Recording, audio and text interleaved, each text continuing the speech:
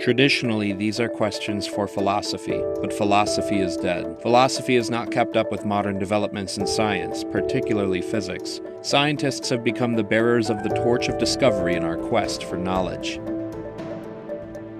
What all this goes to show is that nonsense remains nonsense, even when talked by world-famous scientists. What serves to obscure the illogicality of such statements is the fact that they are made by scientists, and the general public, not surprisingly, assumes that they are statements of science and takes them on authority. That is why it is important to point out that they are not statements of science, and any statement, whether made by a scientist or not, should be open to logical analysis. Immense prestige and authority does not compensate for faulty logic.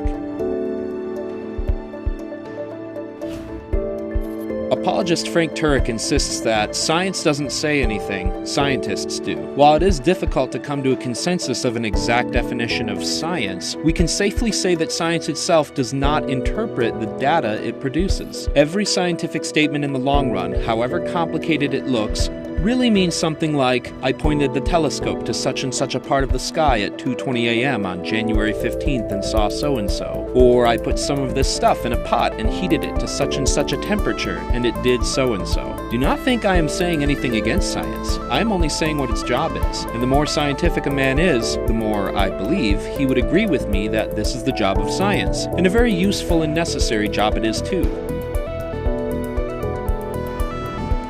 Facts, figures, data, calculations, and any other information gained by science requires reflection, hypothesis, and interpretation. This interpretation is done by persons affected by bias, personality, intention, honesty, and most importantly, worldview. This is not to say that proper science cannot be done, but only that science itself is not immune to human error.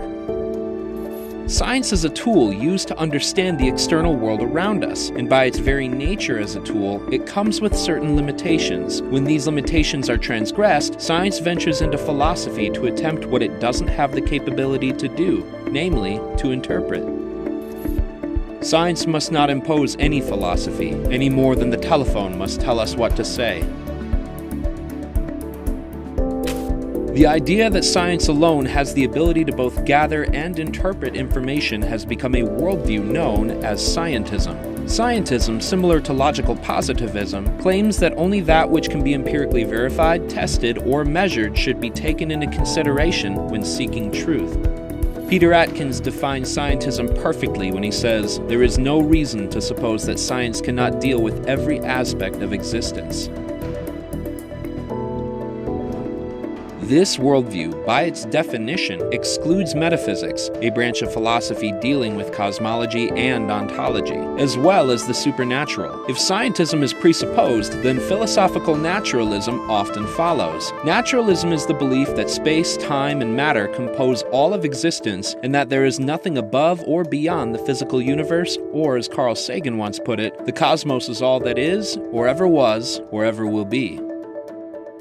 If scientism is true, then all things that can be known are empirically verifiable, testable, or measurable. If there is anything that can be known that isn't empirically verifiable, testable, or measurable, then scientism is false. Given that naturalism, a consequence of scientism, is only capable of answering questions about the material universe, this would limit the kinds of questions we can ask. If scientism is true, we should expect that questions outside of its scope are either nonsensical or not worth asking. Is it true that it is science that is best equipped to answer all of our questions, at least all the questions that need to be answered? World-renowned scientist and head of the Human Genome Project, Francis Collins, agrees on the limitations of science, but expresses genuine interest in the questions it cannot address.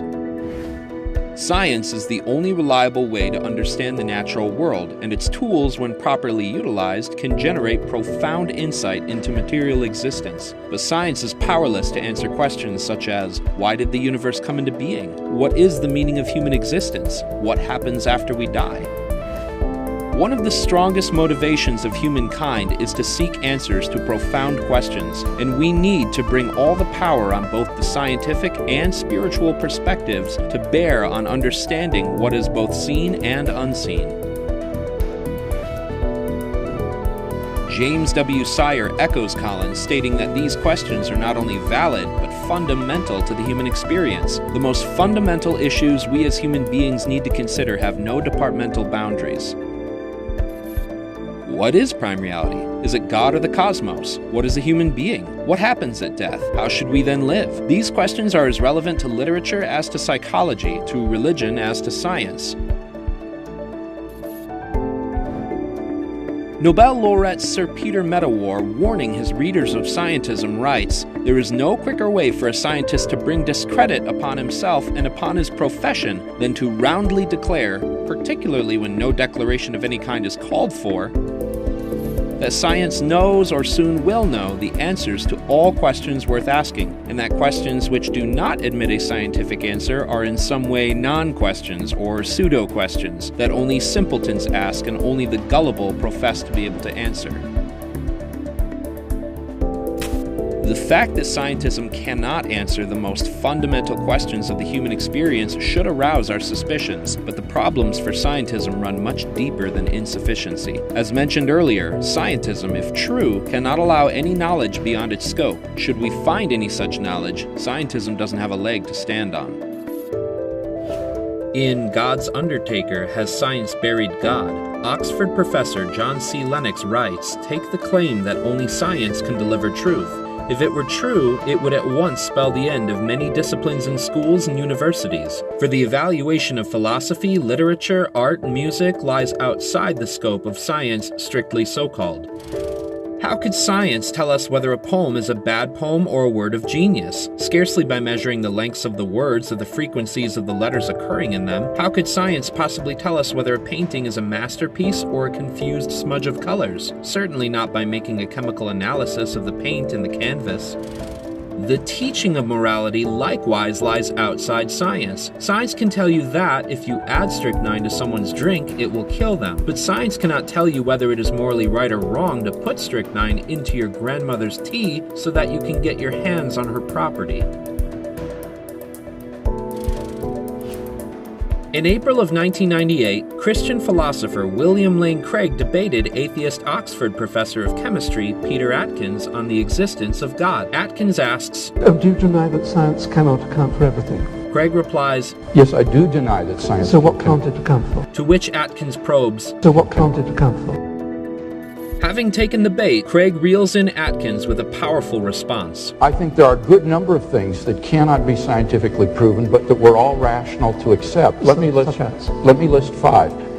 Logical and mathematical truths cannot be proven by science. Science presupposes logic and math, so that to try to prove them by science would be arguing in a circle. Metaphysical truths, like there are other minds other than my own, or that the external world is real, or that the past was not created 5 minutes ago with an appearance of age, are rational beliefs that cannot be scientifically proven. Ethical beliefs about statements of value are not accessible by the scientific method. You can't show by science whether the Nazi scientists in the camps did anything evil as opposed to the scientists in Western democracies. At this point, Atkins appears as a deer caught in the headlights, staring into an audience captivated by Craig. Craig continues, Aesthetic judgments, number 4, cannot be accessed by the scientific method because the beautiful, like the good, cannot be scientifically proven. And finally, most remarkably, would be science itself. Science cannot be justified by the scientific method. Science is permeated with unprovable assumptions. At the end of Craig's 5-point answer, the moderator turns to Atkins and quips, "Put that in your pipe and smoke it." Yeah, okay.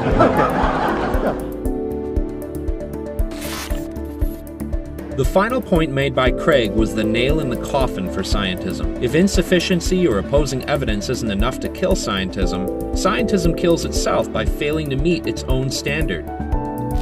When statements fail to meet their own criteria of validity, they are self-refuting. To recognize if a view has suicidal tendencies, first, pay attention to the basic idea, premise, conviction, or claim. Try to identify it. Next, ask if the claim applies to itself. If so, is there a conflict? Does the statement itself fail to live up to its own standards? Can it be stated in the form A is the case and A is not the case? If so, it commits suicide. What all this means to say is that the scientific method or the very idea of science cannot be justified scientifically, but must be assumed or concluded by philosophy. There are many categories of thought, including philosophy, history, mathematics, formal logic, ethics, theology, and more. Science is one of many, and certainly not necessarily the most important. A proper worldview is a healthy diet consisting in many disciplines of thought, using what each has to offer. There is no reason to handicap thought by limiting its scope. The most brilliant among us have realized that the human experience and quest for truth are multifaceted mountains requiring a variety of tools to climb. Those who venture forth with science alone only get so far. Albert Einstein knew this emphatically when he wrote to R.A. Thornton in 1944, "I fully agree with you about the significance and educational value of methodology as well as history and philosophy of science." So many people today, and even professional scientists, seem to me like someone who has seen thousands of trees but has never seen a forest. A knowledge of the historic and philosophical background gives that kind of independence from prejudices of his generation from which most scientists are suffering. This independence created by philosophical insight is, in my opinion, the mark of distinction between a mere artisan or specialist and a real seeker after truth. Scientism fails to see the forest from the trees. While scientific advancement has been an overwhelming force of truth, it is by no means the entire spectrum of knowledge, and those who cling to scientism will inevitably inherit its blind spots. It is blind to its own insufficiency to answer every question. It is blind to the knowledge outside of its scope, and most importantly, it is blind to its own self-destruction. The next time someone dismisses you with the "only science gives reliable truth" canard, ask if he wants you to take his statement as fact or simply as unsubstantiated opinion. If fact, ask what testable scientific evidence led him to his conclusion. As it turns out, this claim is not a fact of science. It is a philosophical assertion about science that itself cannot be proven by the scientific method and would therefore be unreliable according to this approach.